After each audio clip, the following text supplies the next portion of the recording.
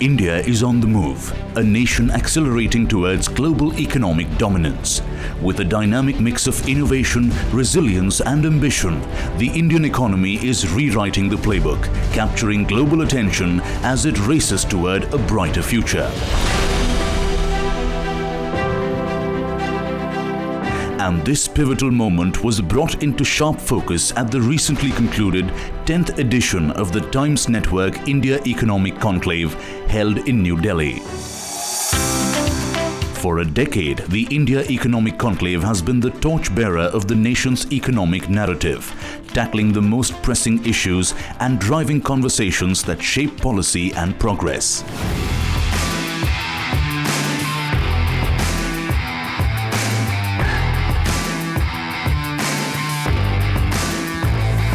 This year was no exception. Under the compelling theme, Fast Track to Top 3, the conclave ignited discussions on India's aspirations to cement its place among the world's top 3 economies. Top editorial voices, visionaries, policymakers and industry leaders convened to exchange insights, strategies and solutions to accelerate India's growth story.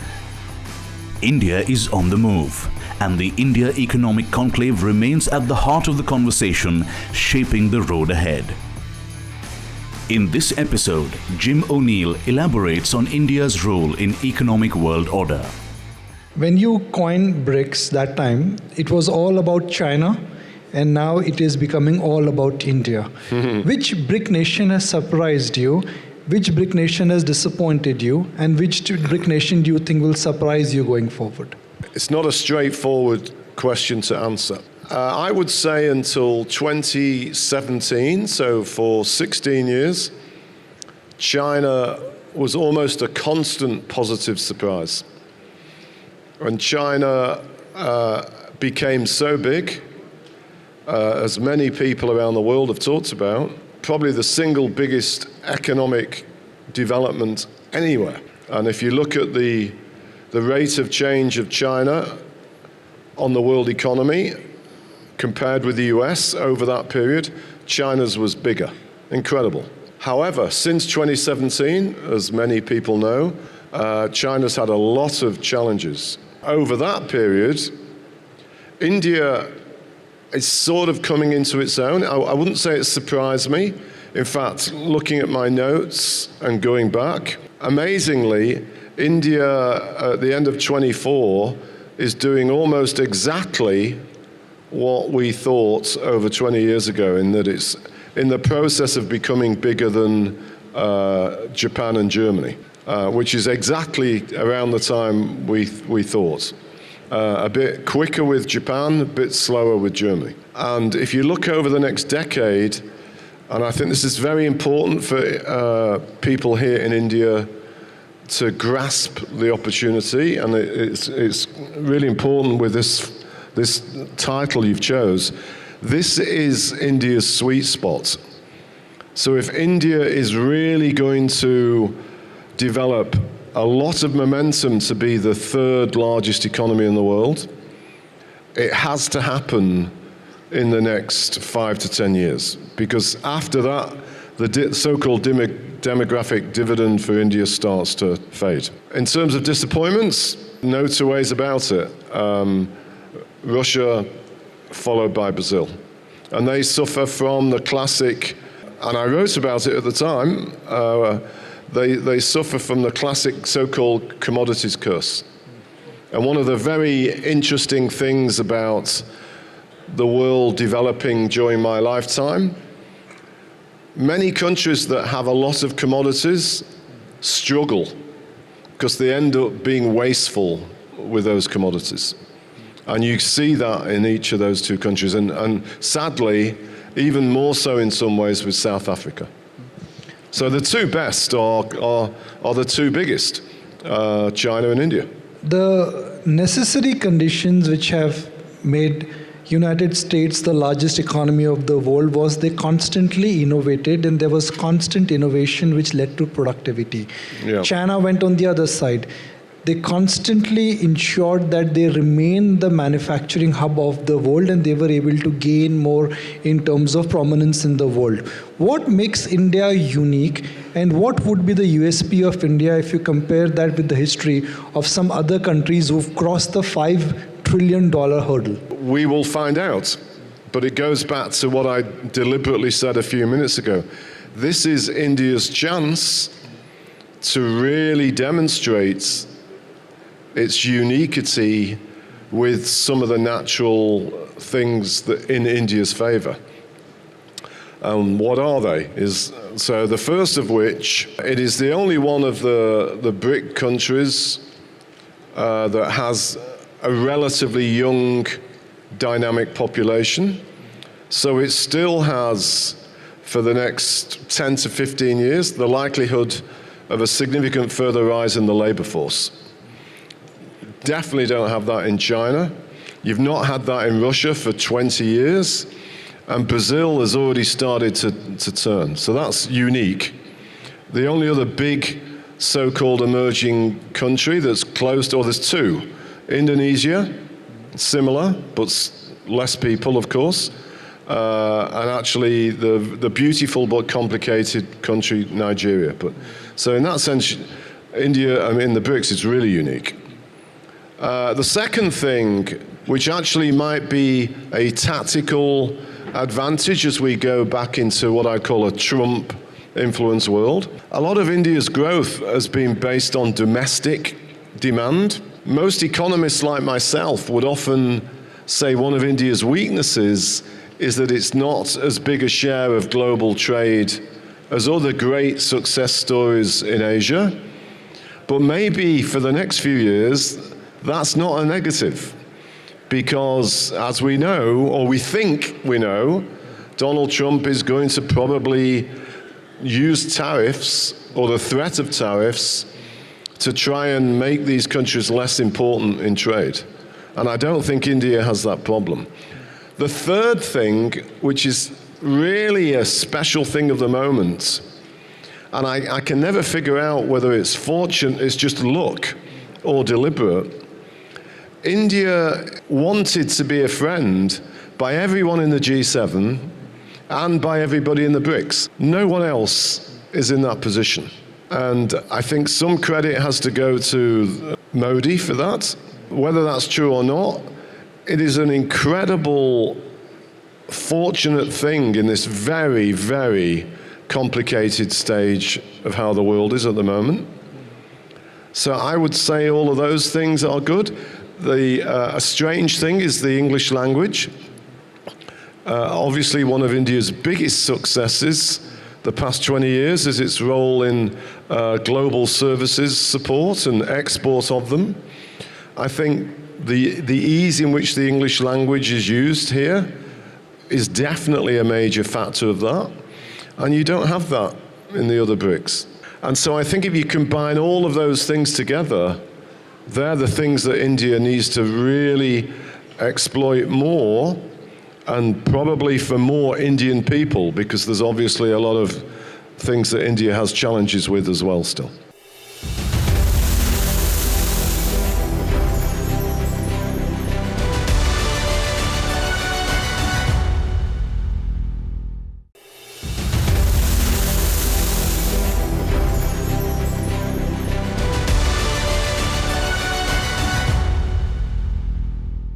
We are going through extraordinary times when the global monetary policy or the central bank monetary policy has been extremely loose. Interest rates have been in a record low, and the government deficits are at a record high. Yeah. So given that we are in for a volatile global environment, how can India grow if the world is contracting or if world is in a messy place? One of the answers to that is I've already touched on. Because India's growth has frequently been driven by domestic demand, that means India is in control of a lot of what happens to India. To some degree, and we saw this in 2008, when there was a global shock, China had to dramatically change parts of its policies. Otherwise, the Chinese economy would have become a lot weaker a lot sooner. And look at Japan in that sense, far too dependent on things that are going on outside the country. Another example close to me in Europe is Germany. Germany, amazingly, has grown even weaker than the UK since COVID. And it's primarily because of Germany's vulnerability to things it can't control, like China, like the emergence of electric cars. So suddenly Germany has lost its global edge. India doesn't have that issue unless we have a collapse. If we had a collapse in the internet and global outsourcing and global services, who knows what happens out there, but that would be a risk. But I don't think India is as exposed to some of these other issues as many other parts of the world. It is obviously vulnerable to a very large rise in oil prices and commodity prices. It's probably vulnerable to, if we had an unexpected big rise in US interest rates. The markets right now are expecting them to come down. But in that sense, I think India is relatively protected about some of these really big risks out there, which I agree are sources of great uncertainty for many countries. So, Jim, if I just put all the ingredients in the melting pot, which is India's macro stability, yeah, political stability, yeah, fiscal deficit is coming under control. Yeah. More importantly, we have a population which understands English, which is the business language of the world, and the first one which you alluded to, which is the young population, where the entrepreneurship seems to be coming back. Do you think 6 to 7% growth for India could be there for next couple of decades? So as I think you know, and again, on the journey coming here and preparing for it in the past 2 weeks, I was reading some of my old research. This is something from 2007. The 10 things that India needs to do to reach its potential. And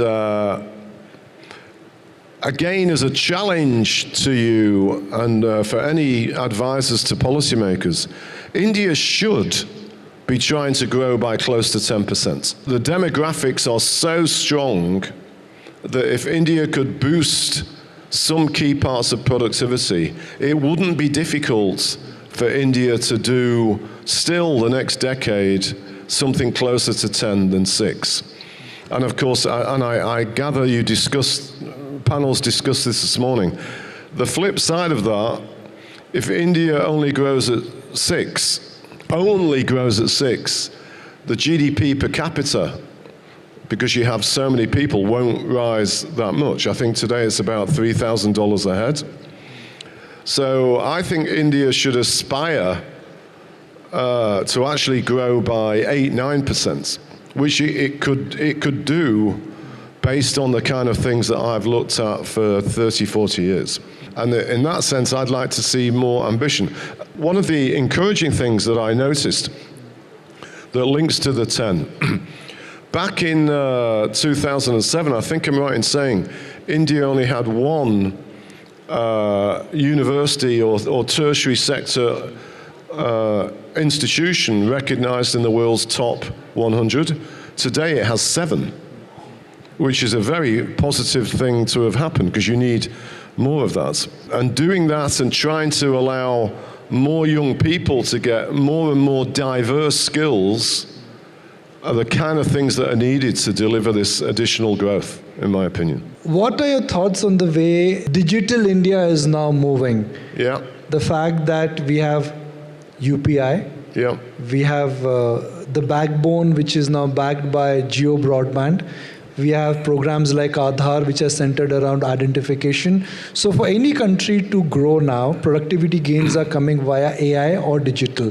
Do you think India is right up there in terms of global averages, global standard, and global rate of change? I think it's probably certainly in the mix of being the best of the large emerging countries in this field. Hearing you mention UPI, I remember when it was first mooted, of course, if my mind remembers correctly, it was a good 3 years before Modi became the leader. And when I heard about it, I thought, this could be an incredible thing for India. And I think it's proved to become so. And so that's exactly what many other countries around the world struggle to do.